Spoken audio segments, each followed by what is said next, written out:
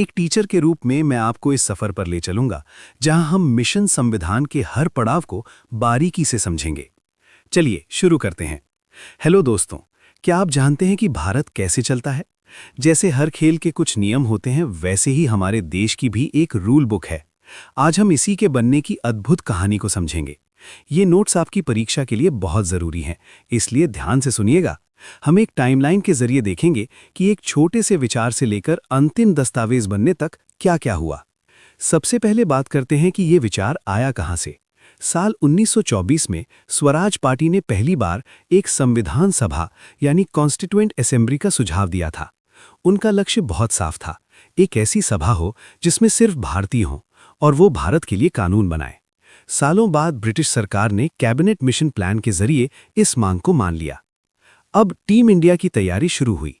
जुलाई 1946 के cabinet mission plan के आधार पर संविधान सभा बनी। तय हुआ कि कुल 389 सदस्य होंगे। इन्हें कैसे बांटा गया, ये ध्यान से देखिए।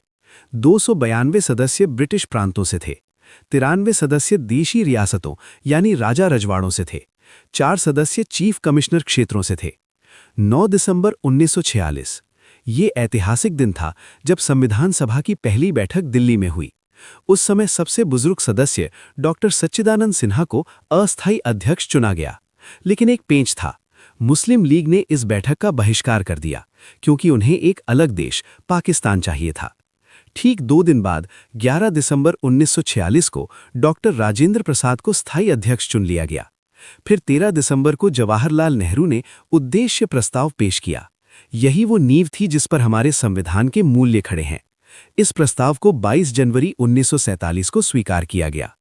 परेशानी तब आई जब देश का बंटवारा 3 जून 1947 को तय हुआ।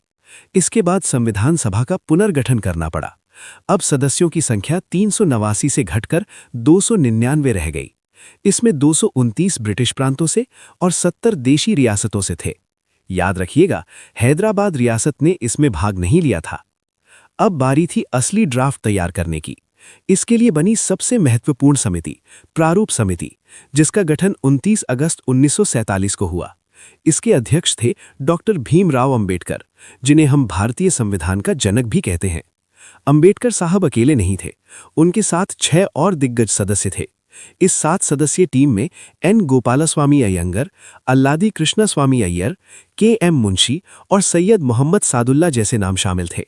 बाद में बी.एल. मित्तर की जगह एन. माधवराव और डी.पी. खेतान की मृत्यु के बाद टी.टी. कृष्णमाचारी सदस्य बने।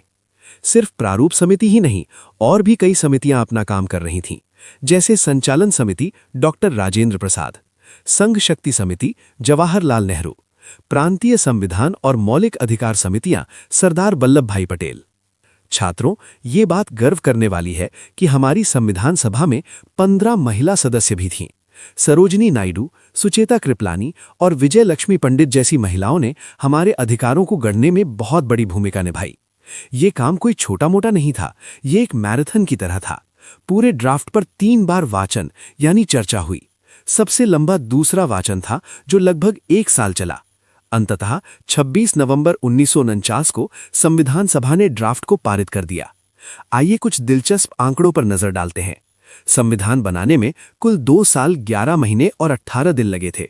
उस जमाने में इसे बनाने में लगभग 64 लाख रुपए खर्च हुए थे। जब ये बना तब इसमें 22 भाग, 395 अनुच्छेद और 8 अनुसूचियां थीं, जो आज बढ़कर 12 हो गई हैं। इतिहास रचा जा चुका था। 26 नवंबर 1949 को इसे अपनाया गया, जिसे आज हम संविधान दिवस के रूप में मनाते हैं। सभा की आखिरी बैठक 24 जनवरी 1950 को हुई, जहां डॉक्टर राजेंद्र प्रसाद को भारत का पहला राष्ट्रपति चुना गया, और फिर 26 जनवरी 1950 को पूरा संविधान लागू हो गया। एक बोनस जानकारी, आजादी से ठीक पहले 1946 में एक अंतरिम सरकार भी बनी थी। इसमें नेहरू जी उपाध्यक्ष, सरदार पटेल गृह मंत्री और डॉक्टर राजेंद्र प्रसाद खाद्य एवं कृषि मंत्री थे। यही है हमारे लोकतंत्र की सबसे शानदार कहानी। कंपटीशन एग्जाम्स की तैयारी के लिए इस तरह के वीडियो देखने के लिए चैनल को सब्सक्राइब करें। जय हिंद।